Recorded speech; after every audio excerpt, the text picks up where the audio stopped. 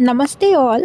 आज मैं ये वीडियो एक बहुत इम्पॉर्टेंट अपडेट देने के लिए बना रही हूँ। ये स्पेशली ट्विन फ्लेम्स के लिए है। बिग बॉस सीज़न 19 अभी तक का सबसे सुपरहिट सीज़न है। इसमें एक ट्विन कपल भी है। क्या आप गैस कर सकते हैं वो कौन है? वो है तान्या एंड अमाल। लेकिन आखिर इन दोनों को क्यों बिग बॉस जैसी जगह में भेजा गया सबके सामने?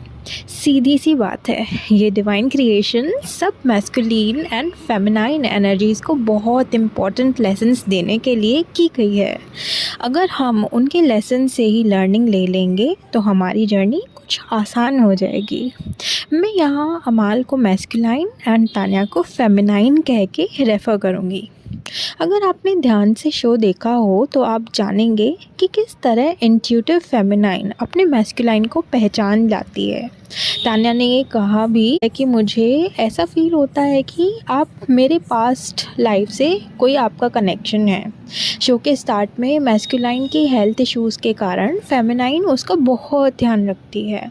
कार्मिक अटैक्स एंड इमोशनल ब्रेकडाउन के टाइम पे उनकी फेमिनाइन उनका बहुत स्ट्रॉन्ग सपोर्ट बनती है।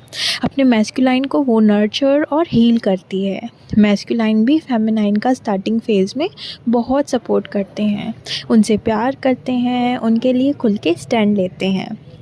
दोनों इस बॉन्ड को बहुत इन्जॉय करते हैं। मैस्कुलाइन और फेमिनाइन दोनों अपनी लाइफ में बचपन से ही कहीं ना कहीं एक अधूरापन, एक प्यार की कमी को फील करते हैं। जो भी लोग उनकी लाइफ में होते हैं वो इस कमी को पूरा नहीं कर पाते। दोनों के इस एनर्जी एक्सचेंज से जैसे उनके अंदर की ये जो कमी है वो पूरी हो जाती है।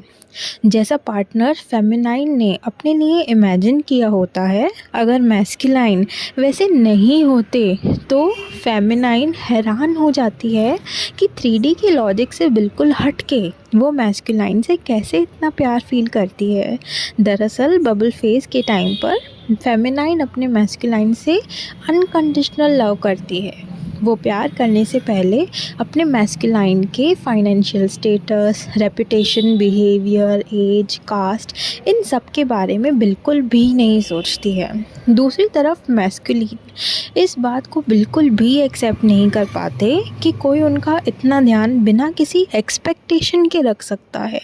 इसलिए वो अपनी फेमिनाइन पर हमेशा डाउट करते हैं। मैस्कुलाइन सोचते हैं कि फेमिनाइन अपने फ़ायदे के लिए उनके साथ कनेक्टेड है। कुछ टाइम में मैस्कुलाइन का ego, controlling and possessive nature सामने आने लगता है। वो अपनी फेमिनाइन को किसी के भी साथ शेयर नहीं करना चाहते। वो फेमिनाइन को कंट्रोल करना चाहते हैं लेकिन फेमिनाइन के कंट्रोल में नहीं रहना चाहते हैं, जो कि फेमिनाइन को बिल्कुल भी पसंद नहीं होता। वो फेमिनाइन से बहुत कुछ डिमांड्स रखते हैं, बार बार उनको टेस्ट करते रहते हैं। जो डिमांड फेमिनाइन से पूरी हो सकती है फेमिनाइन उसे पूरा करने के लिए पूरी कोशिश करती है, लेकिन अगर वो मैस्कुलाइन से सेम एक्सपेक्टेशन रखे तो मैस्कुलाइन उसकी ज़िम्मेदारी बिल्कुल नहीं लेना चाहते। फेमिनाइन की नीड्स को मैस्कुलाइन बिल्कुल भी इम्पोर्टेंस नहीं देते हैं, जबकि अगर मैस्कुलाइन के लाइफ में कोई कार्मिक हो तो वो उसे पूरा लव एंड केयर देते हैं। फेमिनाइन ये देख के अंदर से पूरी तरह से टूट जाती है। मैस्कुलाइन ने 3D लाइफ में बहुत कुछ अचीव किया होता है, खुद पर मेहनत की होती है, इसीलिए उनमें ईगो भी होता है। मैस्कुलाइन के लाइफ के कार्मिक्स उस ईगो का फ़ायदा उठाते हैं, उनके ईगो को और भी ज़्यादा बढ़ाते हैं। वो उनकी गलतियों के बारे में कभी कुछ नहीं कहते।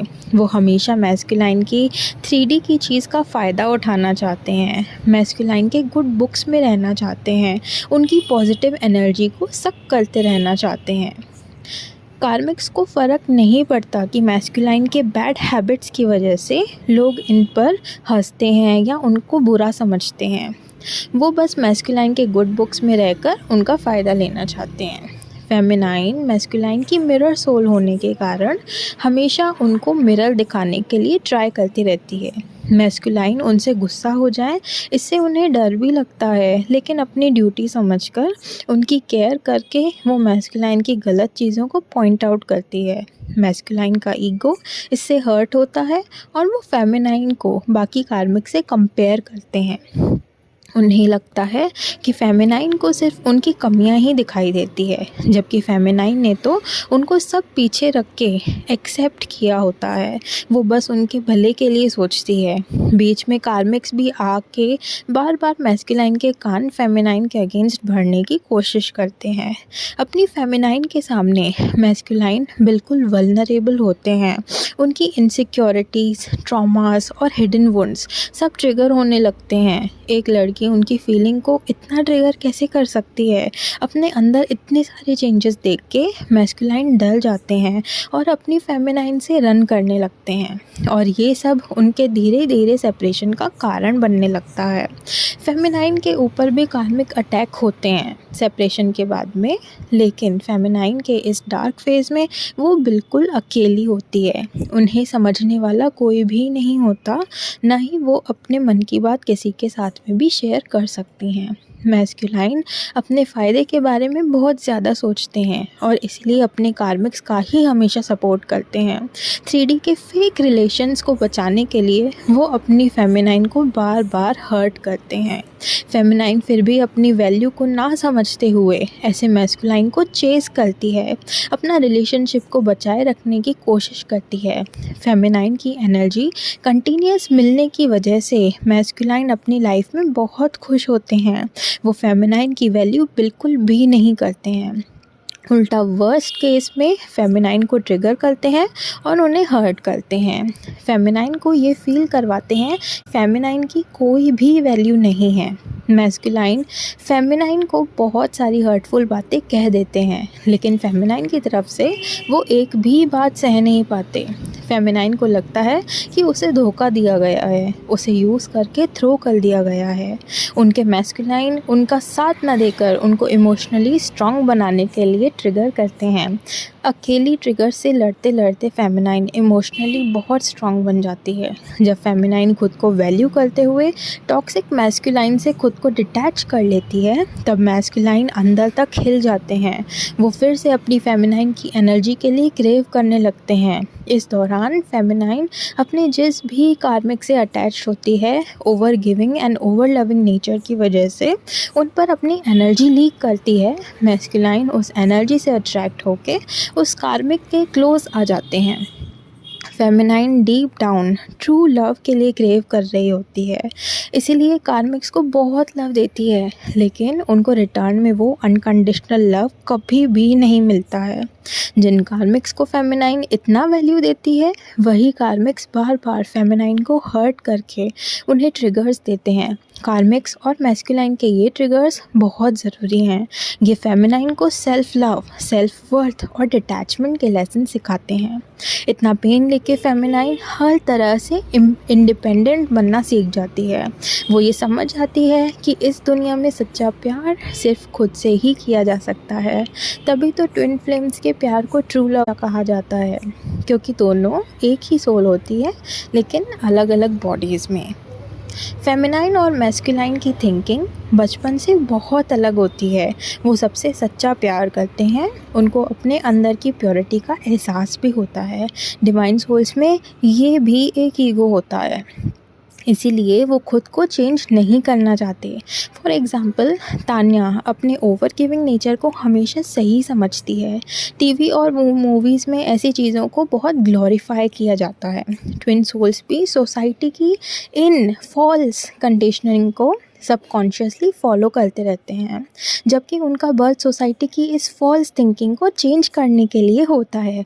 फेमिनाइन से कुछ सोलमेट्स कनेक्ट होते हैं और उन्हें उनकी गलती समझाते हैं, उन्हें अवेकन होने के लिए पुश करते हैं। फेमिनाइन और मैस्कुलाइन दोनों को ही इस जर्नी में अपने इश्यूज़ पे काम करना होता है, खुद को हील करते हुए, अपनी वर्थ को समझते हुए, सेल्फ लव करते हुए इनर बैलेंस को अचीव करना होता है। दोनों को 3D वर्ल्ड की सच्चाई बता के इस दुनिया और इसके लोगों से डिटैच किया जाता है, ताकि दोनों मिलके अपने सोल पर्पस को अच्छे से पूरा कर सकें। हील होते होते फेमिनाइन अपने मैस्कुलिन से मिले हुए दर्द के लिए उन्हें माफ़ कर देती है। वो समझ जाती है कि इस जर्नी में वो दोनों ही एक दूसरे के गुरु हैं। वो अपने और मैस्कुलाइन के सभी कार्मिक्स जिन्होंने उनको हर्ट किया होता है, उन्हें भी माफ़ करती है। वो समझती है कि सोल लेवल पर कार्मिक्स या सोलमेट्स दोनों ट्विन सोल्स को पुश करते हैं, उन्हें ट्रिगर करते हैं ताकि उनकी सोल्स भी असेंड हो सके, उन्हें भी मुक्ति मिल सके। फेमिनाइन का हर चीज़ को देखने का पॉइंट ऑफ व्यू चेंज हो जाता है और वो सबसे अनकंडीशनल लव करने लगती है। उनको अपने काउंटर पार्ट से मिले हर दर्द की वैल्यू का एहसास होता है। इस प्यार की फेमिनाइन के लिए कोई बाउंड्री नहीं रहती। वो समझती है कि ये सिर्फ एक रोमांटिक रिलेशनशिप नहीं है, वो दोनों एक दूसरे के फ्रेंड, गुरु, माता पिता, भाई सब हैं। आई होप तानिया एंड अमाल भी जल्दी अपने ऊपर वर्क करके खुद को हील करके जल्दी अपना यूनियन अचीव करेंगे और अपनी डिवाइन फॉर्म में आके इस दुनिया में कुछ बड़ा बदलाव लेके आएंगे।